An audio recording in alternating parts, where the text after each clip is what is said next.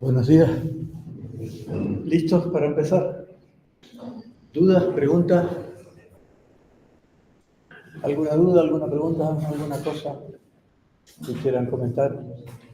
¿No? Bueno, nada, eso, las preguntas lo dejo ahí. Vamos a hacer un resumen un poquito de lo que hemos aprendido de cómo cuando usas un analizador de este tipo, bottom-up, crea el parse tree o el derivation tree desde el fondo hacia arriba. Este tipo de analizadores, Jack Bison, se dice que son analizadores LR. Bueno, vamos a hablar un poco de jerga formal. Se llaman analizadores LR, a diferencia de otros que se llaman analizadores LL. Son una familia de analizadores sintácticos. Y la primera letra se refiere, la letra L se refiere a la forma en la que se lee el flujo de entrada, la cadena de entrada. Y evidentemente, en ambos casos, estos son los dos tipos de analizadores principales. De cierto modo, los LL van a ser top-down, los LR son bottom-up. Y la L significa from left to right, es decir, que la cadena la lee de izquierda a derecha. ¿De acuerdo? O sea que esta L esta L primera es left to right inputs, ¿no? Se refiere al input. Y la segunda letra se refiere a cómo visitan el árbol, en cierto modo. Si construyen una derivación a izquierdas o una derivación a derechas. El otro día les pregunté, porque una de las cosas que vimos cuando ejecutábamos JSON es que construía una antiderivación a derechas. Es decir, la variable sintáctica que se usa es la más a la derecha. Y de ahí viene el right. El right es rightmost derivation. De acuerdo. Mientras que en los LL, como pueden suponer, es una leftmost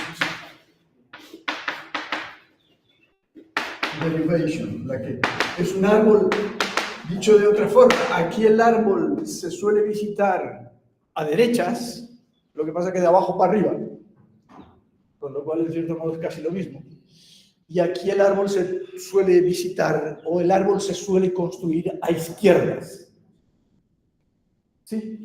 Y los dos se llaman eso. Y verán que muchas veces dicen, es un LL1, es un LL2, es un LRK, es un LR asterisco, etc. El numerito que suelen ver a veces en la literatura se refiere al número de tokens que hay que mirar para tomar la decisión.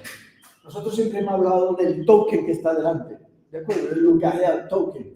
Pero a veces dices, no, es que en este lenguaje para tomar la decisión no me basta con ver un token, tengo que ver 2 tokens más adelante o 3 tokens más adelante antes de tomar la decisión. ¿Se ve? Y eso se suele poner con un paréntesis indicando el tipo de analizador que es. Estos JSON, Jack JSON pertenecen a la categoría de LR parsing. Y fíjense cuáles son las reglas. Las reglas son, y aquí les he hecho un resumen de las reglas de precedencia. Vamos a repasar las reglas. ¿Se ve bien o lo hago un poquito más grande? Primero, la precedencia de los tokens se hace en la cabecera del programa, ¿se acuerdan? Tanto por ciento, la parte de arriba, tú pones tanto por ciento left, tanto por ciento right, también puedes decir tanto por ciento token, pero tanto por ciento token no da prioridad, simplemente dice, ojo que esta variable es tanto por ciento token n, por ejemplo, podríamos haber escrito, simplemente es avisar a JSON que n es un token, no es una variable sintáctica, ¿vale? Y eso usamos tanto por ciento left, right y none sum, básicamente. Esos son los 3. La precedencia de una regla, si tú tienes una regla A produce alfa, aquí la alfa la usamos como la usaban en computabilidad para indicar que eso es una frase llena de símbolos, símbolos que pueden ser terminales, símbolos que pueden ser variables sintácticas. ¿Sí? O sea que si tengo una variable sintáctica A y una parte derecha, la precedencia en este tipo de lenguajes, de DSLs, de la gramática es la precedencia del último token que aparece en la parte derecha de la regla. Por eso cuando decíamos expresión en expresión menos expresión, la precedencia de esa regla era la precedencia del token menos. ¿Se ve? Pero si hay 2 tokens, el último es el que vale. Si hay 2 tokens con precedencia, el último es el que vale. De todos modos, fíjense que eso no importaba mucho, porque si la precedencia del token no era la precedencia natural de la regla, y tú decías, esto no encaja, teníamos la directiva tanto por ciento break, y se la cambiabas, ¿vale? O sea que, importante, la precedencia de una regla es la precedencia del último token que aparece en la parte derecha. O sea, si tengo una regla que dice E es E arroba E, la precedencia será del token arroba si el token arroba se le ha declarado una precedencia. Si no, la regla no tiene precedencia. Y JSON o Jack se van a quejar y van a decir, ¿qué hago? ¿Cómo comparo? Es decir, si hay una ambigüedad, ¿cómo comparo? Si no existen tokens en la parte derecha, es decir, puede ser que la parte derecha solo tenga variables sintácticas, o puede que sea la palabra vacía, ¿de acuerdo? Por cierto, la palabra vacía en JSON es simplemente no escribir nada. Es decir, si tú dices A produce, flechita, o digo 2 puntos, y luego pones una barra, ahí es que A produce nada, la palabra vacía, ¿de acuerdo? O sea, no existe un símbolo especial para representar la palabra vacía, simplemente no se escribe y entonces es la palabra vacía.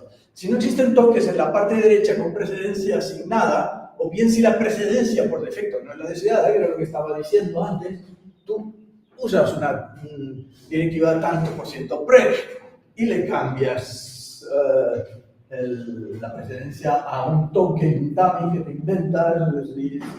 Si existe uno ya que te va bien, pues ese. Si no, te inventas uno, como hicimos con el menos unario hace un par de días. ¿Se acuerdan de eso? Vale, era el ejemplito del menos unario. Sí, por ejemplo, en estas reglas, si yo pongo algo así, bueno, esa es la del menos unario, no hay nada que decir, pero que por defecto hubiera tenido la precedencia de este token, pero ya deja de tener la precedencia de ese token, pasa a tener la precedencia del token sum. ¿Sí? O sea que, siguiendo con este resumen de lo que hemos aprendido,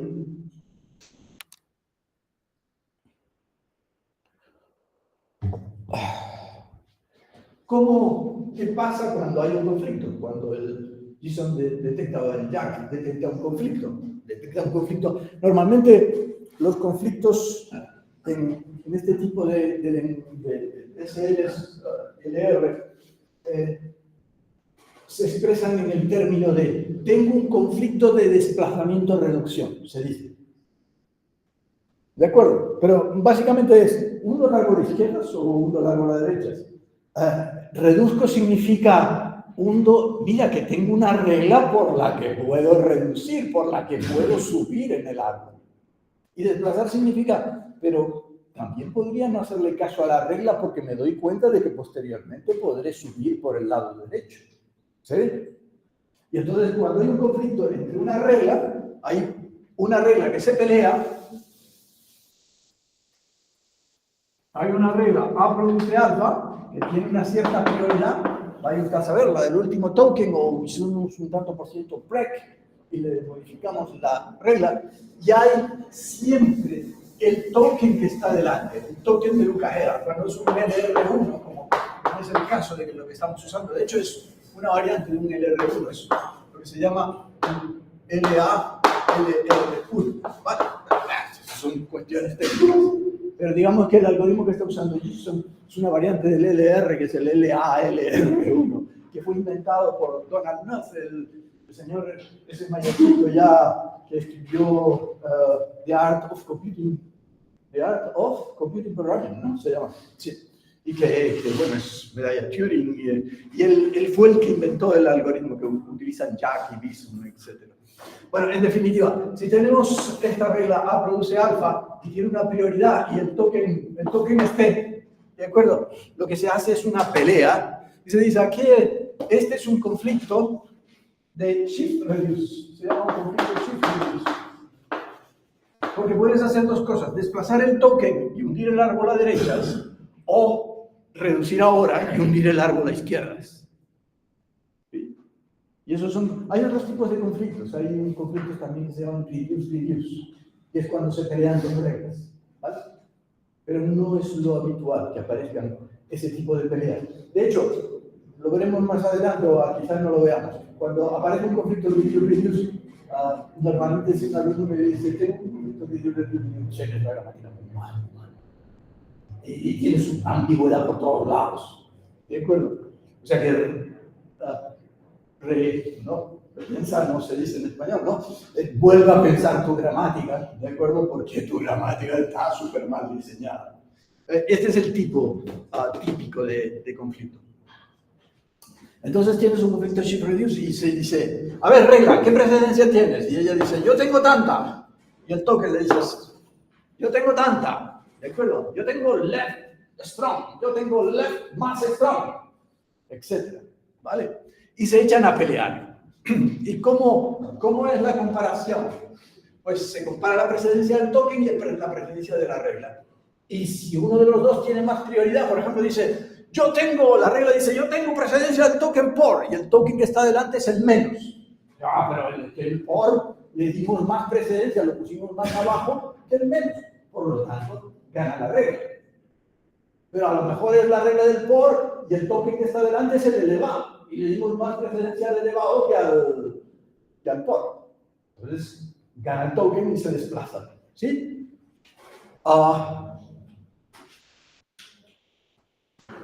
Luego, si es el token que tiene una mayor prioridad, avanzará en la lectura desplazando el token y buscando nuevos símbolos. Y se dice que se hace un shift, que se hace un desplazamiento. En este caso, el árbol se va a unir a derechas, evidentemente. Si es la regla la que gana, entonces lo que se hace es que, lo he intentado expresar aquí con este simbolito, se sube. Pero todo el alfa, toda la frase alfa se convierte en A, se convierte en la variable sintáctica. Y se continuará con la construcción del árbol y en este caso dice, hemos hecho una reducción, hemos hecho un reduce. Y en este caso el árbol se va a quedar más hundido a izquierdas y le estamos dando prioridad a la evaluación, a la computación, a la semántica a izquierdas. ¿Se ve? Luego eso es en el caso de que uno de los dos gane, pero a veces los tokens empatan, a veces los tokens y las reglas empatan, porque fueron declarados en la misma línea, ¿se acuerdan? Tanto por ciento left más menos, tanto por ciento right por dividido. Si empatan, lo que se mira es la declaración del token, si es left o si es right o si es non-assault. ¿Se ve? O sea que solo se mira qué palabra es cuando empatan. Y si empatan y es left, pues efectivamente lo que se hace es ya lo hemos visto, un reduce. Si es un right, lo que hacemos es un shift. ¿Se ve? Si es un non-assault, lo que significa es algo raro hay, porque este conflicto no debería de ocurrir. Es decir, cuando se aplica esta regla no debería de aparecer otra vez este token empatando. ¿Se ve? Eso es lo que significa non-assault. Y la precedencia, por supuesto, lo sabemos ya, es mayor cuanto más abajo su posición en el texto del programa. Ese es el convenio. Por cierto, Jack y Bison, etcétera, cuando tienen un conflicto, ellos demuestran el conflicto y dicen, no puedo, tal, ¿qué se hace aquí? Pero es igual, muchas veces generan un analizador sintáctico, igual te generan el código, pero eso sí, cogen por defecto desplazar. O sea que tú puedes incluso decir, no, si lo que le voy a decir es desplazar, pues ni lo arreglo, se queda ahí y tiro con lo que está, pero te va a salir el warning siempre, los errores, ¿vale? ¿Se ve? Y nada más, porque esto es básicamente las reglas que tienen que recordar cuando les aparezca un conflicto en una gramática. Vale. Bueno, vamos a seguir. Entonces estábamos con la práctica Aristu.js, ¿vale? Y habíamos dicho más o menos de lo que se trata. Entonces, eso, vamos a... O sea, de lo que se trata es de esto. Vamos aquí, vamos a abrir... Creo que ya lo había dicho más o menos, pero al final vas a tener que tener un ejecutable, ¿de acuerdo? Ese ejecutable tiene que tener opciones y tiene que tener un número de versión, etcétera, etcétera. En este caso yo les voy a mostrar que el ejecutable tiene dos comandos, pero en la descripción de la práctica no tienen por qué tener subcomandos. Aquí le hemos dado un comando transpile y un comando run y el comando help. Y tú puedes decir algo así como help run y te dará la ayuda del bueno, o sea, run admite menos verbose y que mostraría el código generado y menos help y nada más y recibe un nombre de fichero. Entonces, por ejemplo, sí, una de las cosas que quería hablar ahora es cómo organizamos el código. Tienen un template y el template es antiguo y además está medio mal cuidado, es decir, que intenten mejorar el template, ¿vale? El template está para ayudarles, pero digamos que algunas cosas no están muy cuidadas en el template.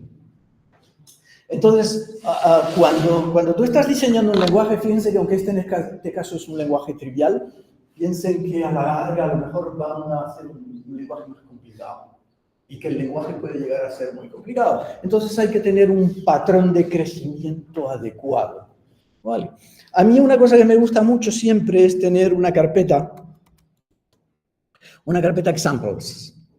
Y en la carpeta examples voy poniendo los programitas de prueba. Digo, vamos a añadir una nueva funcionalidad. Ahora le vamos a añadir un bucle do while a mi lenguaje. Entonces, vamos a poner un par de ejemplitos. ¿Cómo sería el do while? Sería así, asá. Y entonces eso suelo hacerlo en la carpeta examples. No lo meto como un test ya directamente, sino lo meto en la carpeta examples. De manera que la carpeta examples es como un playground, es un patio en el cual voy probando, ¿no? Entonces, eso, por ejemplo, en este caso, sería algo así como Bing, calc, help room, room, examples, y en examples hay muchos ejemplos. Por ejemplo, test, facts, parece que hay uno que tiene 2 factoriales. Bueno, vamos a verlo. Sí, dice 2 factorial por 3 factorial. Ese es el contenido del fichero. ¿De acuerdo? Y lo que va a hacer run es, bueno, vamos a ponerle la opción "-v", aquí, la opción control A, "-v", para que nos muestre el código generado, ¿vale? Y va a correr el... De manera que esto es lo que tiene que salir. Const factorial, fíjense que el factorial era lo que decíamos ayer también. El factorial no forma parte de JavaScript, luego de alguna manera hay que proveer un factorial para que el programa final corra. Y eso es lo que se llamaba la runtime library o la support library en los compiladores y en los intérpretes. Todos los intérpretes tienen una máquina virtual que aumenta la máquina real. ¿De acuerdo? Incluso si son compiladores, tienes una librería que da una capa de altura de lenguaje mucho más alta que la que te da la máquina cruda y ruda a la que estás traduciendo. ¿Sí? Y entonces, digamos que lo primero que se hace siempre en el lenguaje, en el target, en el generado, es cargar lo que necesites de soporte. Fíjense que la librería de soporte puede dar, a lo mejor, proveer más cosas que el factorial. Proveer el factorial y 5 cosas más, o 40 cosas más, ¿de acuerdo? Pero, en general, solo importamos lo que necesitamos. En este caso, en esta práctica tienen que detectar qué es lo que se necesita y tomar lo que se necesita de la librería de soporte, ¿sí? Entonces, importamos el factorial de la tal y simplemente traducimos el 2 factorial, 3 por 3 factorial, por un console log factorial de 2 factorial de 3. ¿Sí? ¿Se ve? Vale. Y bueno, como lo ha ejecutado, pues me pone el resultado debajo. Ese es parte del objetivo de esta práctica.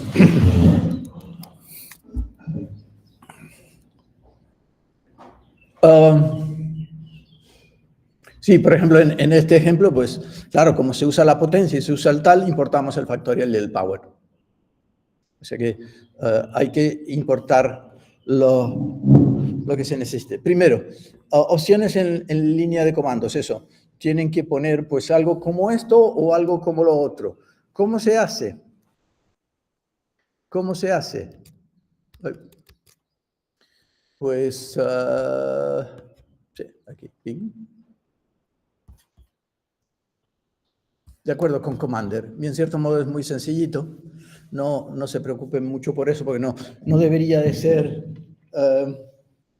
pero digamos que Commander es una librería que le importas y te facilita un montón el parsing y el entender la línea de comandos. Y tú puedes decir cosas como esa: importo program from Commander, y luego dices program.version, y estás diciendo cuál es la versión que va a aparecer en la aplicación. Fíjense que la costumbre, esto yo creo que ya se lo dije, es coger la versión siempre del fichero package.json, porque el fichero package.json es el que dice toda la configuración de tu proyecto. Y en concreto, ese es el convenio. Ya lo veremos incluso cuando vayamos a publicar esto como un módulo para que otra gente lo use. El convenio suele ser la versión que manda.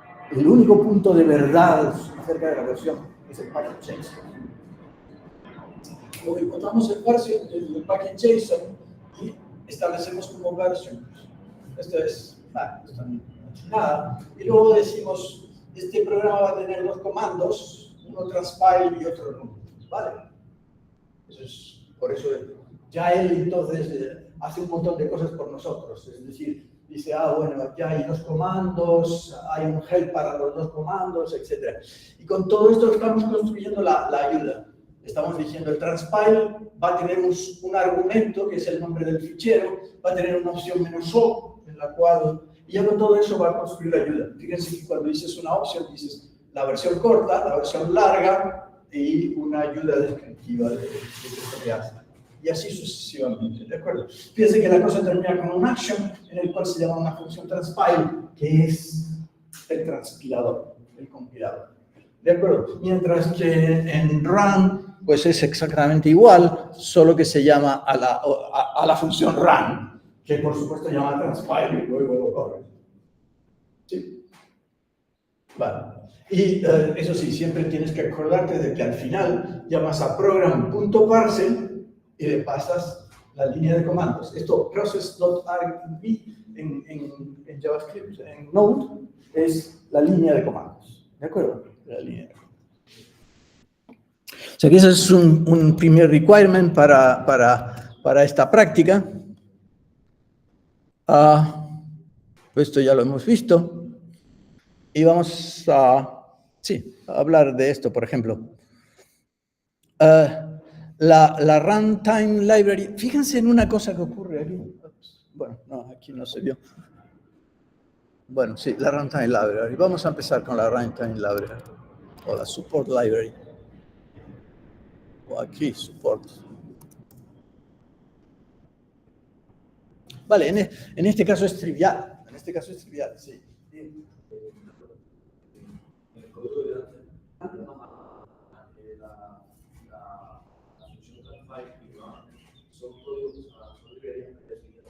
Claro. Aquí transpile y run son nuestras funciones. Sí, si te fijas en el código anterior, estaba aquí, ¿no?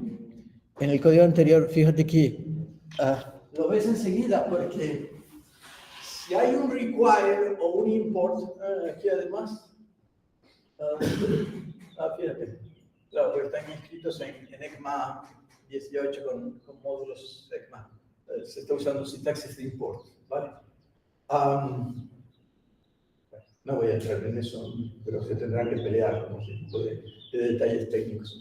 Pero si tú en las líneas de las 3 a las 8 ves que estoy importando librerías, habrás visto que hay dos tipos de librerías, unas en las que aparecen los punto y otras en las que no. Si aparece el punto es que la hemos escrito nosotros, porque en tu sistema de archivos. Las que no fueron instaladas y están en la carpeta no modules, ¿vale? O sea que de ahí ya puedes deducir que Commander es instalada, que Module es instalada, que import, no, que version es de nuestro package JSON, que está uno por encima, porque está claro en la carpeta bin, que transpile es nuestra, que run es nuestra. ¿Se ve?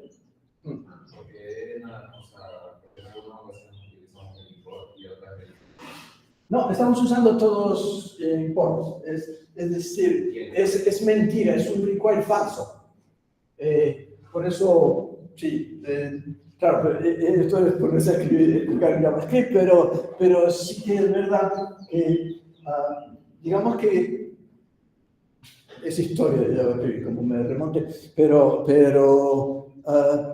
digamos que JavaScript cuando nació no tenía definido en el 95 su estándar de librerías y cómo se importaban, etcétera, etcétera. Básicamente lo que hacías era el tag que lo han visto en HTML scripts en el browser y cargabas el script. Y cuando empezaron a ver JavaScripts en el server, como lenguaje normal, como Python o como Ruby, se planteó el problema de las librerías y se creó un estándar que se llama CommonJS. CommonJS son los require. Y entonces, cuando usas CommonJS, pero luego se vio, no, esto no funciona muy bien del todo porque los browsers pueden tardar mucho porque CommonJS es síncrono, carga el módulo síncronamente. Decían, no podemos permitir ese lujo en los navegadores. Los navegadores, cuando cargas una librería, tiene que ser asíncrona la carga, etcétera, etcétera. Luego necesitamos algo más sofisticado. Y habían varias soluciones y al final se montó lo que se llama los ECMA modules, ¿vale? Y es lo que estamos usando ahí, es esa sintaxis de import. Ahí no se está usando require. Lo que se está usando es un patch que es importo desde un módulo una cosa que se llama create require, porque tú no puedes, porque hay limitaciones, tú no puedes importar un JSON. Mientras tú require importa un JSON y el require un JSON, ya, tómalo, ahí lo tienes. Require un JavaScript, tómalo, ahí lo tienes. Pero resulta que el import es más restrictivo, es más potente en unos sentidos, menos potente en otros. Y entonces tú no puedes cargar el version no puedes coger, y yo quiero coger el package.json para ver el version. De manera que aquí el truco que he hecho hay más de un truco. Podría haber hecho incluso un real file, leer el fichero, ver dónde está el version. Pero lo que he hecho es importar un módulo, este módulo en la línea 4, que me provee un simulador de require. Me provee un require simulado. Y luego uso el require simulado en la línea 6. ¿Se ve? Luego esa es la solución por la que he optado ahí, o por la que hemos optado ahí. Pero no hay require, es un falso require. Se ve el require y dices, no, y ya verás que no, a veces eso. De hecho, tú eso sí, en una carpeta puedes tener ficheros que usan módulos ES6 y ficheros que usan CommonJS. Y eso sí, en Node la costumbre es poner entonces el sufijo MJS si va a usar módulos. Y CJS si va a usar CommonJS, si va a usar require. Y los puedes mezclar libremente y funciona todo. ¿Vale? Sí, esto todo lo de la pregunta, ¿no? Estábamos hablando de la librería de support. ¿Vale? Que en este caso decíamos, en este caso es sencillita, ¿vale? Solo vamos a exportar Power y Factorial, o Power Factorial y lo que quieran. Pero que en este caso es sencillita, pero que en general puede ser un pedazo de librería, o múltiples librerías, no una sola. ¿Vale? Fíjense que en nuestro caso, y esto ya introduce, bueno, otro problema. Entonces, en nuestro lenguaje, como es un lenguaje de una calculadora, no hay posibilidad de que el usuario, el desarrollador, escriba Power ni escriba Factorial. Con lo cual estamos tranquilos. ¿Se ve? Pero la situación general puede llegar a ser más complicada. Puede ser que el usuario tenga el potencial de escribir Power en su lenguaje porque le hemos dado un lenguaje rico con identificadores. En ese caso tenemos un conflicto. Tenemos que prevenir que nunca uno de nuestros identificadores de desarrollador del compilador choca con uno de los identificadores del usuario. ¿Se entiende? Es otro problema, pero no vamos a entrar ahora en ese problema. Vale, fíjense otra cosa que ocurrió cuando respecto a la librería, que quiero... Fíjense que de hecho el programa que estamos generando, eso sí, estamos usando módulos ECMA, pero estamos generando scripts CommonJS que usan el require. ¿Vale? Es un require. Y ven que carga la librería, desde una carpeta en la que está la librería y pone toda la ruta a la librería. Y esa ruta tiene que estar adaptada a cuando nuestro compilador se instale en el usuario, porque nuestro compilador, el usuario lo va a instalar. ¿Se ve? Es decir, esto lo van a publicar ustedes como un módulo y entonces alguien va a decir, ¡ay, mira qué lindo! Hay un nuevo módulo que tiene un lenguaje, lo instalo, y la support library la tiene que poder encontrar el compilador siempre. ¿Se ve? Luego esta ruta va a ir cambiando de máquina a máquina. ¿Vale? Va a ir cambiando de máquina a máquina y básicamente es una ruta a dónde está el compilador seguido de, aunque ahí es súper largo, seguido de support lib, etcétera, etcétera. Luego, de alguna manera, el compilador va a tener que averiguar dónde está y averiguando dónde está, dice, a mi lado debe de estar la librería de soporte. Pero que esa ruta va a ir cambiando.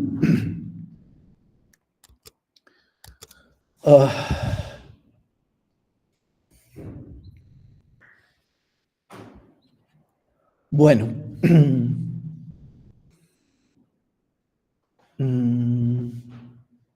Estos son más ejemplos.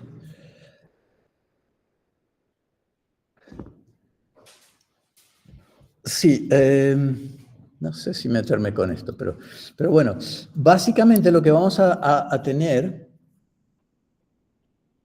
es que para generar la librería de soporte, ya que estamos hablando de eso, vamos a tener que usar templates. ¿De acuerdo? Vamos a tener que usar templates. Ven, y eso es una de las cosas que ya les viene en el template, que yo supongo que este está completo. Pero, ven, primero, esto está en un lenguaje de templates. Hay muchos lenguajes de templates. ¿Han usado alguna vez un lenguaje de templates? ¿No? ¿Han hecho programación web alguna vez? Se usa mucho en programación web. Bueno, un lenguaje de templates sirve para eso, tú tienes una plantilla y dices, en esta plantilla esto es variable, en esta plantilla esto otro es variable y en algún momento te diré cómo se rellena la plantilla. ¿Vale? Elegí para este caso un lenguaje de template súper simple, creo que se llama File Template o Template File, ahora no me acuerdo cómo se llama, pero hay muchos, Mustache, SJ, etcétera, etcétera, hay montones de lenguajes de templates. Está el linter de Visual Studio Code dando errores porque dice, tiene el sufijo JavaScript, pero dice, eso no es JavaScript, está mal. Eso está mal, eso no es JavaScript. Porque fíjense que cuando en este lenguaje de templates, que es muy común, que es como en Mustache y en otros, si tú ves dos llavitas, significa parámetro del template. ¿De acuerdo? O sea, significa esto se rellenará luego. Esto se va a rellenar luego. Yo te voy a decir cuál. Esto se va a rellenar luego. Luego, lo que estamos diciendo es, nuestra librería de soporte siempre tiene esta pinta. Viene la palabra const, luego viene una llavita abrir, luego viene un parámetro, que ya te diré lo que vale dependencies, un parámetro que se llama dependencies, y yo te diré lo que se llama lo que vale dependencies. O sea, en nuestro momento vamos a computar, vamos a recorrer todo el árbol, cuando hayamos generado el árbol, y vamos a decir, a ver qué funciones externas. ¿Usa el factorial? Sí, el factorial es usado. ¿Usa el power? Sí, el power es usado. ¿Usa, yo qué sé, el seno? Sí, el seno es usado y el seno no existe en JavaScript. Bueno, el seno sí existe en JavaScript, por decir algo. ¿Sí? ¿Se ve? Entonces, una vez que hayamos computado la dependencia, sabremos cuánto vale la variable de dependencias y la sustituiremos en el template. Por eso sale factorial cuando usa el factorial y sale power cuando usa el power. ¿De acuerdo? Y eso es una dependencia. Luego, igual a require root, y ven, ahí hay otro parámetro. Era lo que les decía antes. Donde acabe la librería, depende de la máquina. Y no va a ser lo mismo en la de un chino que se descarga tu lenguaje, tu compilador para tu lenguaje, que la de un ruso que se lo descarga en otra máquina, que la de tú mismo como desarrollador, ¿vale? Luego, la carpeta en la que quede la librería de soporte, lo que sí es cierto es que siempre cuando se instala, la librería de soporte queda pegada, se instala en el mismo sitio que se instala el compilador, por lo tanto va a quedar pegada al compilador. Luego, de alguna manera, otra cosa que tendremos que hacer es averiguar dónde estamos instalados para calcular cuánto vale la variable root. ¿Vale? Y por último, hay un tercer parámetro que es code, que es todo el código de soporte que queramos meter ahí, que irá cambiando según vayamos desarrollando. ¿Sí? ¿Vale? Luego esta es la forma en la que... y básicamente, bueno, por ejemplo, ¿cómo se van a calcular las dependencias? Solamente un ligero vistazo. O como, vámonos estoy ahora en Transpile, ¿de acuerdo? ¿Ven? Y vamos a escribir una rutina, find user functions, que recibe el Astra syntax tree. ¿Ven aquí? Este es el parse que ha generado JSON. Llamo al parse que ha generado JSON sobre la entrada, construyo el árbol, lexical and syntax analysis, como dice el este. Ahora, lo que he construido, fíjense que lo que vamos a hacer con las acciones semánticas es crear un árbol split, crear un árbol, luego eso es un árbol split, ¿sí? Creamos un árbol spree. Y este es un árbol spree, porque eso es lo que vamos a hacer. Ahora recorremos ese árbol spree, ese árbol estándar, buscando por si aparecen las funciones que proveemos en la librería. ¿Y cuáles aparecen? Y eso me va a dar un objeto de dependencias. Y luego llamamos a un generate code, que es el que va a usar el template y va a rellenar las dependencias y va a llamar a scodeGen para generar el código. Ajá. Por cierto, aquí hay varios awaits. ¿Eso se entiende lo que es? Fíjense que transpile es una función que lleva el calificador async, ¿de acuerdo? Eso significa que es asíncrona, porque, por ejemplo, leer un fichero, ya lo hemos dicho, es una operación asíncrona en JavaScript.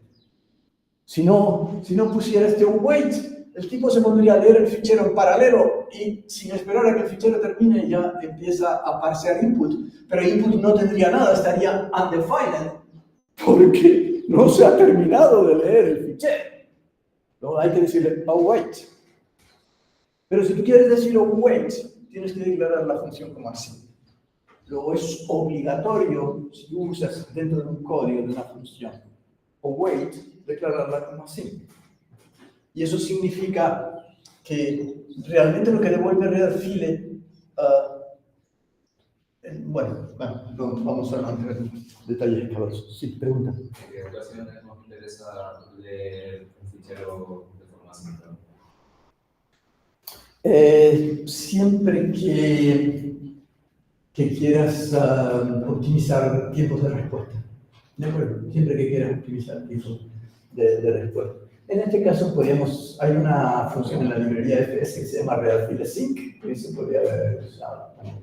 Vale, pero en cierto modo, await es lo mismo, solo que es un poquito más asíncrono y entonces permite que si otros procesos pueden aprovechar dentro del total, se usen.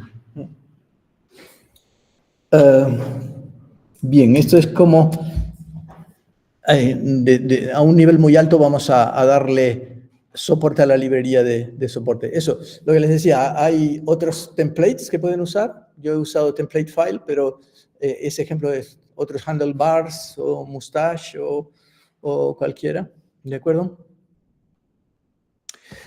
Por cierto, como el otro día pusimos en el analizador léxico números en punto flotante, no del todo, porque no era...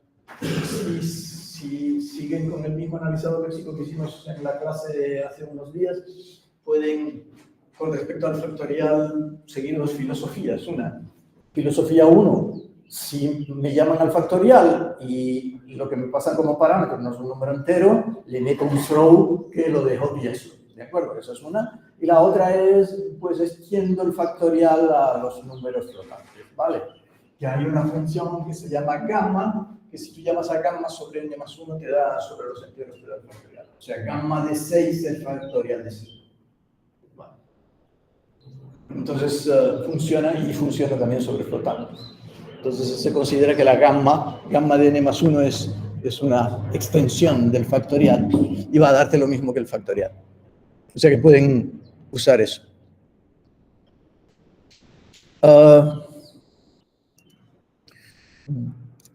Traversing the AST to compute the dependencies. Vale, venga, sí, porque es más de lo mismo. Sí, vamos a ver el código de Find Used Functions. Vamos a verlo aquí. Esto es en Transpile. Donde está aquí Find Used Functions, es este código. Vamos a hacerlo un poquito más grande. Vamos a hacer aquí. Claro, ¿qué tenemos que hacer? Tenemos que ver si usa el factorial o utiliza power. Pero estamos saltándome toda la parte de parsing, que luego volveremos sobre ella, pero lo que tenemos que hacer es un tree traversing, porque lo que hemos construido en la fase de análisis léxico y sintáctico es un árbol spree, un árbol como lo que vemos en el AST Explorer, ¿sí? Y entonces, claro, lo que me pasan es un AST y yo lo que tengo que hacer es, primero, Vámonos arriba. Primero, por supuesto, importar extraverse, porque voy a recorrer, ya estamos familiarizados con extraverse, lo hemos visto. Voy a tener que recorrer un árbol sintáctico abstracto, ¿de acuerdo? No importa extraverse, que es el que conocemos, ¿vale? O sea, línea 6, extraverse. Línea 7, ¿qué hace la línea 7? La línea 7 se carga la librería de soporte y mira el objeto que te exporta. Y de todo lo que esté en el objeto que te exporta son funciones exportadas. Luego ya sé los nombres. ¿De acuerdo? Si mañana quiero añadir una nueva función, además de power y factorial, y quiero añadir la función chuchu, este código no hay que tocarlo. Porque lo que está diciendo es los identificadores soportados son las claves de lo que exporta esta librería. Eso es lo que dice esa frase. ¿Se ve? Luego importamos, vemos cómo se llama lo que las claves del objeto exportado y si meten la función tutu como exportada, vas a tener la función tutu. ¿Y eso qué es? Esto es un array, porque object-keys es un array, lo exported support identifiers es un array. Entonces, claro, ya sabíamos que extraverse tiene un método traverse que recibe el nodo, recibe el árbol a visitar y recibe un objeto. Y ese objeto puede tener dos valores, el enter y el leave. Y al enter tiene que tener como valor una función que recibe el nodo que está siendo visitado y el padre del nodo que está siendo visitado. Pero ahora nosotros el padre del nodo. Nos la refanfifla, con perdón, no nos aporta ninguna cosa. ¿Y qué nodos tenemos que visitar? Los identifier. Cada vez que veamos un nodo identifier, vamos a ver si es factorial, o si es print, o si es tutu, o si es chuchu. Es decir, si está incluido. Si el node type es identifier y los que exportó la librería, el array, incluye el nombre del identifier, ¿de acuerdo? Está siendo usada. Luego, lo que he hecho es crear un conjunto en la línea 22, se ha creado un conjunto. Eso es una cosa que se llaman los conjuntos, que funcionan como conjuntos matemáticos. Y lo que decimos es, añadimos al conjunto ese nombre. ¿Vale? Y así vamos calculando dependencies y tenemos el conjunto de dependencias. Al final no lo exportamos como conjunto, sino lo exportamos como array para que sea más cómodo al que lo usa. ¿Vale? Y ahí ya tiene el array de dependencias y ahora lo interpola en el template y queda en el template fijo. ¿Se ve? ¿Se entiende? Vale, pues son y 20, vamos bien. O sea que, digamos, tenemos, primero, fíjense que esta es la estructura general de cualquier transpilador. Lee el fichero de entrada. Hazle el análisis léxico y sintáctico. Línea 47. Lee el fichero de entrada. Hazle el análisis léxico y sintáctico. Fase de la línea 50. Esa puede ser súper compleja. En este caso es trivial. Pero es recorre el árbol hasta que estés contento. Y estés contento puede ser muy difícil de contentar. Hasta que has hecho el análisis de ámbito. Hasta que has hecho el análisis de tipo. Hasta que has transformado el árbol. Nosotros simplemente vamos a recorrer el árbol, ver qué funciones usa y ya está. Pero que aquí van todas las transformaciones árbol, ¿vale? Y cuando vayamos a la siguiente práctica será un poquito más complicado, y luego un poquito más complicado, etcétera, etcétera. Esa fase. Así como las otras también ganan en complejidad, pero esta puede ganar mucho. Y luego ya está casi fácil, porque lo único que tenemos que hacer es atravesar el árbol escupiendo el código. Y además, como estamos importando Scodegen acá arriba, ¿ven? Scodegen ya entiende los árboles porque estamos generando un árbol estándar. Y aquí está el problema un poco de que cuando vayan a generar el árbol, asegúrense mirando a este Explorer que el árbol sale de acuerdo al estándar. ¿De acuerdo? Pues como estamos generando Scodegen nos va a hacer la tarea. De manera que la función generate-code, ¿ves? Decirle, generar el código Scodegen, ¿vale? Fíjense que Scodegen genera el código, pero no sabe nada del factorial ni del power. Él simplemente ve una llamada factorial y lo traduce por una llamada factorial. Y dice, mira, aquí hay un nodo call expression. Luego, como este nuevo call expression tiene un hijo body, que es el que llama, y tiene un hijo arguments, que es son los parámetros con los que se llama, pues yo voy a generar, y estoy llamando al factorial, pues estoy llamando al factorial. Pero él no se preocupa de si el factorial fue declarado o no fue declarado, etcétera, etcétera. Él simplemente nos ejecuta el código. ¿Se entiende? Y esto es lo que tenemos aquí. Ahora en Code lo que queda es una string con el código JavaScript general. Y ahora lo que hacemos es consultar el array dependencies que ya lo hemos computado. Y decimos, mira, si dependencies, no hay dependencies, pues no hay código que insertar. No tenemos que importar la librería. ¿Vale? Luego, return code porque eso es todo el código. Pero si no, estamos aquí y entonces simplemente vamos a calcular los parámetros para el template, ¿sí? Ya tenemos calculado dependencies porque lo hicimos en la tal. Otro de los parámetros que teníamos que calcular era root, que es ¿dónde diablos está la librería? ¿Y qué sabemos de la librería? La librería puede estar, ha llegado, tú la publicaste en NPM, y un chino se la descargó, un japonés se la descargó, un hindú se la descargó. Es una librería muy famosa, la gente la usa. Y uno tiene Windows, otro tiene un Mac, otro tiene un Linux, otro tiene un Google, no sé qué. ¿Dónde está? Pero lo que sí sabemos es que esté donde esté, está pegada a nosotros. ¿De acuerdo? O sea que lo que sí tenemos claro es la posición relativa a donde estamos. ¿Vale? Porque sabemos cómo funcionan los package manager en todos los tal. De manera que lo que hacemos es calcular root. Dirname me da el camino al ejecutable, al script en el que estoy. El camino completo.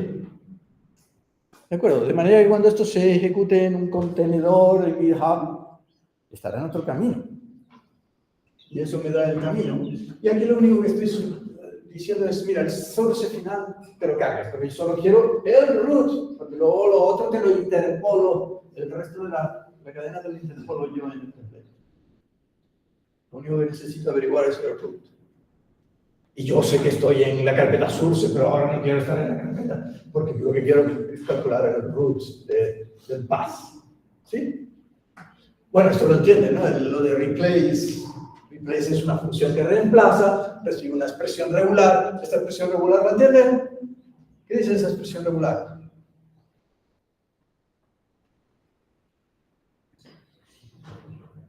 ¿Con qué casa? Esa expresión regular. Con cualquier cadena que termine en barra. Exacto, que termine, el dólar dice termine, en barra de división, barra de camino, source. ¿De acuerdo? ¿Sí?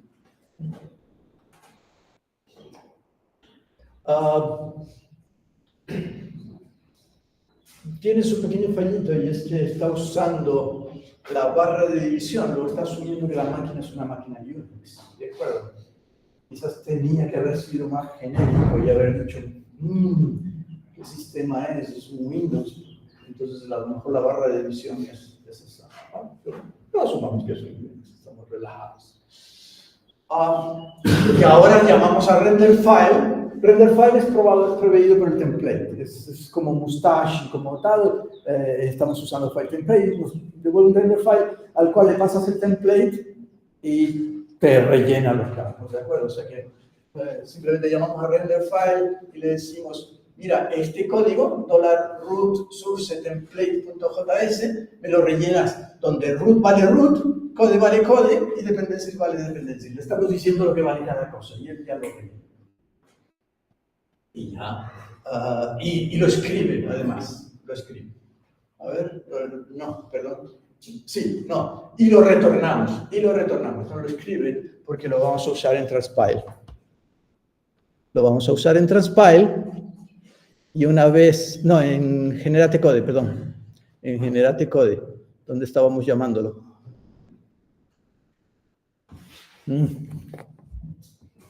Aquí. ¿Vale? No, sí, estoy en Generate Code, sí, efectivamente. Generate Code es llamado desde Transpile, ¿de acuerdo? Y ahora el valor retornado es la cadena, lo recibimos, output, ahora ya tiene todo. El código generado por scodegen y el prefijo con el importe de la librería, y ahora ya simplemente los cupimos al fichero. ¿Sí? Pueden haber habido errores y entonces en ese caso saltamos el mensaje de error. Por ejemplo, si aquí hago bin-calc, aquí hay uno testr.calc, ¿de acuerdo? En ese caso el parser y sería pillado por el catch. El example testr es este. ¿De acuerdo? A ver, ups, aquí. ¿Vale? Que simplemente le falta un paréntesis. Entonces, por eso sale, dice, mira, esperaba un menos, un más, o los paréntesis, y me he encontrado con el final del fichero. ¿Dudas? ¿Preguntas? No, lo dejamos aquí.